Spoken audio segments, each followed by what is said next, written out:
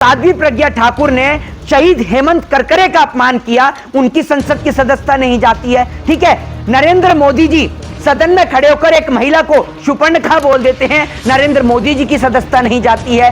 एक व्यक्ति असेंबली में बैठकर पॉर्न वीडियो देखता है, उसकी सदस्यता नहीं जाती है। लेकिन अगर राहुल गांधी ये पूछ लें कि मोदी जी का और अडानी का संबंध क्या है, राहुल गांधी ये बोल दें कि नीरव मोदी चोर है, राहुल गांधी ये बोल दें कि ललित मोदी चोर है, विजय माल्या भगोड़ा है, तो भैया सबको दिक्कत और तकलीफ हो रही है। आखिर ऐसा क्यों? नीरव मोदी, विजय माल्या, मेहुल चोकसी, ललित मोदी, ये लोग अब तक इस देश का इतना खून चूस चुके हैं और कहीं ना कहीं इनको भगाने में मुझे लगता है कि कहीं ना कहीं चौकीदारों का हाथ रहा है। जो अपने आप को चौकीदार बताते थे, उन्हीं के राज में चोर भागे हैं। तो इसीलिए नारा भी दिया गया था कि चौकीदार चोर है। जनता का खून चूस चूस के, जनता का पैसा खा खा कर और जनता के टैक्स के पैसे से पेंशन ले लेकर ये नेताओं की चमड़ी बड़ी मोटी और मजबूत हो गई है। इस मोटी चमड़ी पर ना तो देश के नौजवानों की बेरोजगारी का कोई असर होता, न देश की जनता की महंगाई का कोई असर होता।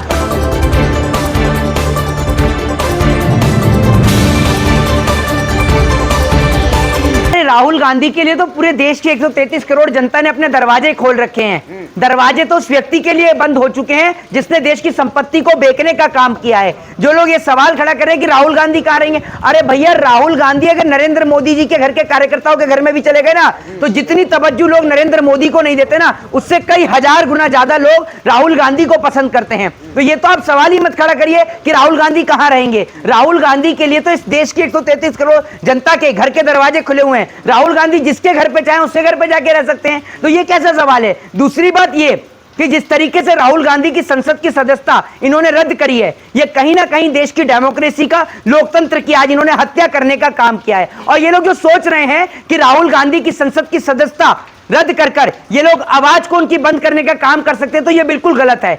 क्योंकि राहुल गांधी की जो आवाज थी वो देश की 133 करोड़ जनता की आवाज थी। राहुल गांधी की गलती सिर्फ यह थी क्या कि राहुल गांधी ने सवाल पूछा कि अडानी जी का और मोदी जी का संबंध क्या है। ये बताइए ना आप मुझे, क्या ये सवाल वाजिब नहीं है? ओबीसी समाज का जो अपमान हो गया है। अरे भैया, जिसको इतनी दिक्कत हो रही है या तकलीफ है, तो वो एक बात मुझे बताइए, नीरव मोदी लाखों करोड़ों रुपए लेके भागा, नीरव मोदी जो पैसा लेके भागा है वो पैसा चुका दे। जो पैसा ललित मोदी लेके भागा है वो पैसा चुका दे कोई। मेहुल चोकसी जो लेके भागा है, विजय माल्या जो लेके भागा है, जो भगोड़े जो देश का लाखों करोड़ों खरबों रुपया लेकर भागे हैं, वो पैसा चुका दीजिए ना। क्यों नहीं चुकाते हैं? कांग्रेस की सरकार में भी तो ऐसे घोटाले हुए हैं बहुत सारे। मेरे भाई एक बात आप मुझे बताइए कि लेकिन जिस तरीके से आज जो जांच बैठ रही है, सिर्फ जांच बैठ रही है, सत्ता पक्ष के जो लोग हैं उन पर जांच एक के भी नहीं बैठ रही। विपक्ष के जितने भी नेता हैं, चाहे वो आपका तेजस्वी यादव हो, राहुल गांधी हो, मनीष सिसोदिया हो, उद्धव ठाकरे हो, आदित्य ठाकरे हो, राज ठाकरे हो, प्रियंका गांधी हो, सोनिया गांधी हो, बस इन्हीं लोगों के ऊपर क्यों जांच बैठ रही है? सत्ता पक्ष के भी तो नेताओं के ऊपर जांच बैठनी चाहिए, इन पर जांच क्यों नहीं बैठती है? मोदी जी ने कहा सारे भ्रष्टाचारी इकट्ठे हो रहे हैं। सारे भ्रष्टाचारी? अरे आपकी पार्टी में है सारे भ्रष्टाचारी। भ्रष्टाचारियों को पनाह देने का काम तो भाजपा करती है, वरना भाजपा के नेता बताएं कि हेमंत बिस्वा शर्मा कौन है जिसको भाजपा ने मुख्यमंत्री बनाया? क्या उनके ऊपर आरोप नहीं थे? भाजपा बताए उन लोगों के नाम जो शारदा नारदा घोटाले में थे, जो आज भाजपा ज्वाइन करके बैठे हैं। तो भ्रष्टाचारियों को तो पनाह देने का काम भाजपा कर रही है।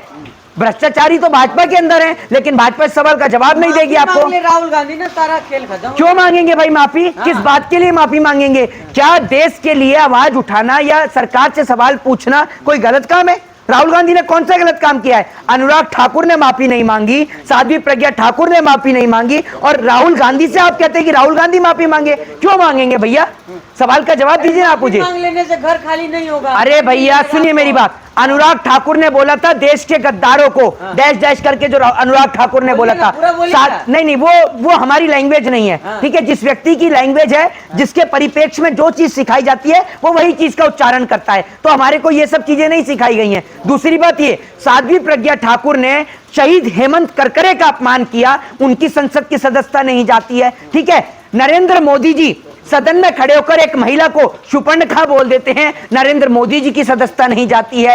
एक व्यक्ति असेंबली में बैठकर पॉर्न वीडियो देखता है, उसकी सदस्यता नहीं जाती है। लेकिन अगर राहुल गांधी ये पूछ लें कि मोदी जी का और अडानी का संबंध क्या है, राहुल गांधी ये बोल दें कि नीरव मोदी चोर है, राहुल गांधी ये बोल दें कि ललित मोदी चोर है, विजय माल्या भगोड़ा है, तो भैया सबको दिक्कत और तकलीफ हो रही है। आखिर ऐसा क्यों? 2 बार तो माफी मांग चुके ना राहुल गांधी, तीसरी बार मांग ले। घर नहीं, क्यों मांगेंगे भैया माफी? क्यों मांगेंगे और किस लिए मांगेंगे ये बताइए ना। मांग चुके हैं ना। अरे भैया माफी मांगने के काम से लीजिए, माफी मांगने का सारे टेंडर बीजेपी वालों के पास में है, ठीक है। ये जो बात आप कह रहे हैं राहुल गांधी जो माफी मांगे, एक बात आप मुझे बताइए क्यों और किस लिए माफी मांगेंगे? क्या साध्वी प्रज्ञा ठाकुर ने शहीद हेमंत करकरे का अपमान किया तो क्या उन्होंने माफी मांगी थी? दीजिए ना जवाब। राहुल गांधी ने तो किसी का अपमान नहीं किया, मोदी ये बताइए। समाज का किया है, ओबीसी समाज का राहुल गांधी ने तो क्या नीरव मोदी चोर नहीं है? आप मना करिए एक बार, नीरव मोदी चोर नहीं है। और अगर नीरव मोदी आपका रिश्तेदार है तो अगर आपको तकलीफ हो रही है, मैं नीरव मोदी को गाली दे रहा हूं, तो नीरव मोदी जितने बैंकों को चूना लगा के गया है, आप सारा पैसा चुका दीजिए। इंटरनेशनल कोर्ट में केस करेंगे राहुल गांधी पे। कौन कह रहा है? नीरव मोदी। नीरव मोदी तो खुद भगोड़ा है। अगर नीरव मोदी बैंकों को, नीरव मोदी का लेवल है पे इंटरनेशनल कोर्ट में केस करने का। नीरव मोदी देश को लाखों करोड़ रुपए का चूना लगा गया, नीरव मोदी किस लिए केस करेगा? नीरव मोदी, विजय माल्या, मेहुल चोकसी, ललित मोदी, ये लोग अब तक इस देश का इतना खून चूस चुके हैं और कहीं ना कहीं इनको भगाने में मुझे लगता है कि कहीं ना कहीं चौकीदारों का हाथ रहा है। जो अपने आप को चौकीदार बताते थे, उन्हीं के राज में चोर भागे हैं। तो इसीलिए नारा भी दिया गया था कि चौकीदार चोर है। चौकीदार कौन?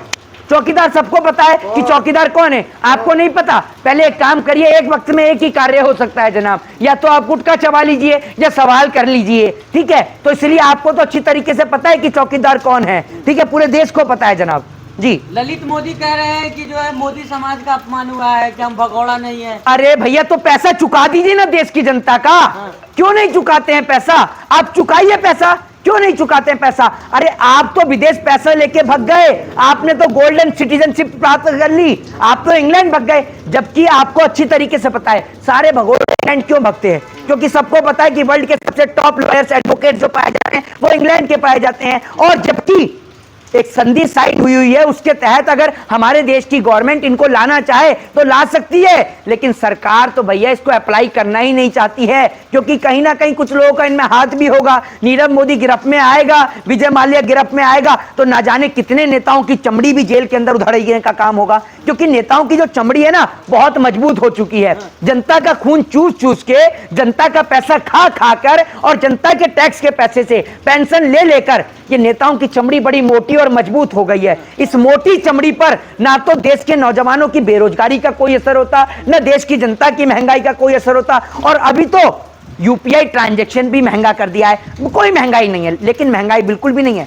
यूपीआई ट्रांजैक्शन महंगा हुआ है, 1100 पार का सिलेंडर हुआ है, पेट्रोल महंगा हुआ है, लेकिन जैसे ही आप अंधभक्ति का चश्मा अपने दिमाग पर लगाएंगे तो आपको लगेगा देश में तो कोई महंगाई नहीं है। अंधभक्ति का चश्मा इतनी बड़ी तादाद में बिक रहा है कि जब आप अंधभक्ति का चश्मा अपनी आंखों पर लगाते हैं तो सामने खड़ी साइकिल आपको मर्सिडीज या बीएमडब्ल्यू नजर आती है। इसी को अंधभक्ति का चश्मा कहा गया है। सुशील मोदी उन्होंने भी केस किया है एमपी एमएलए कोर्ट में कि अरे बिहार के सुशील मोदी, एक बात मुझे इस बात का जवाब बताएं, जब ओबीसीओं के ऊपर अत्याचार होता है तब तो आप लोग नहीं बोलते हैं, तब तो आपको नहीं दिखता है। लेकिन अभी तो आपको पता है कि भैया सुशील मोदी चाह रहे होंगे कि भाजपा उनको एमपी का टिकट दे दे, नेता या मंत्री बना दे, या वापस से क्या पता बिहार में मुख्यमंत्री का चेहरा बना दे। तो सुशील मोदी भी अपनी अब चुनावी रोटियां सेकने लगे हैं। प्रधानमंत्री नरेंद्र मोदी कह रहे हैं कि कांग्रेस जाल बिछा रही है हमको जेल डालने के लिए। अरे भैया कांग्रेस क्या जाल बिछा रही है, मैं आपको बताता हूँ। आप सिर्फ 24 घंटे के लिए, सिर्फ एक दिन के लिए, single only for one day के लिए आप सीबीआई, ईडी, इनकम टैक्स और आईटी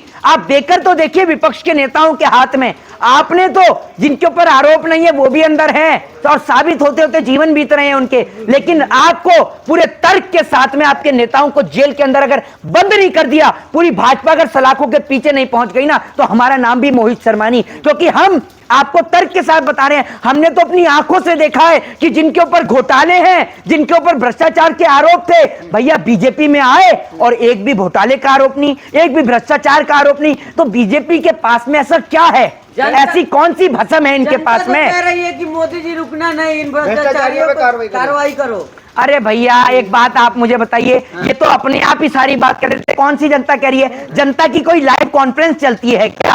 ये तो बताइए। मन की बात में मोदी अरे कह रहे हैं लोग। मोदी जी मन की बात में, मोदी जी मन की बात बताइए, लाइव कॉन्फ्रेंस करिए ना एक बार यंग के साथ। नौजवान आपका सारा बुखार उतार के ठंडा कर देगा। नौजवान पार्लियामेंट हुआ था, अरे महिमा मंडल हो रहा था मोदी जी का। वो हमें पता है कैसे यूथ पार्लियामेंट होते हैं। पहले सिलेक्टेड स्टूडेंटों को सर्च किया जाता है, जो मोदी जी की वाहवाही करेगा वही मोदी जी से सवाल करेगा। एक दिन पहले रिकॉर्ड कर लो, उसके बाद में सैटरडे संडे जनता की छुट्टी रहती है, लाइव टेलीकास्ट कर दो। अच्छी तरीके से हमें पता है। लाइव कॉन्सर्ट रखिए, और आप कहेंगे रामलीला मैदान तो रामलीला मैदान चुन लीजिए, और तालकटोरा स्टेडियम कहेंगे तो तालकटोरा स्टेडियम कर लीजिए। आप अगर ये भी बता दें कि जीडीपी की फुल फॉर्म क्या है, किसे कहते हैं ग्रॉस डोमेस्टिक प्रोडक्ट, क्या है ग्रॉस डोमेस्टिक प्रोडक्ट, तो हम मान जाए जिस जीडीपी पे आप चर्चा करते हैं। आप जो नौजवानों को 2 करोड़ रोजगार का सपना दिखाते हैं, वो बताइए कहां है 2 करोड़ रोजगार? मुंगेरी लाल भी क्या हसीन सपने दिखाता होगा मोदी जी, जो सपने आप दिखाते हैं। आप सपनों के व्यापारी हैं।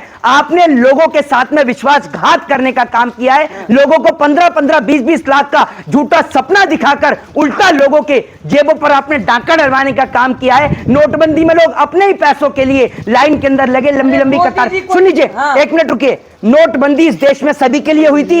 आपने नोटबंदी की लाइन में किसी अंबानी को, किसी टाटा बिरला को, किसी नेता को, किसी मंत्री को, किसी सांसद को लाइन में लगते हुए देखा था क्या?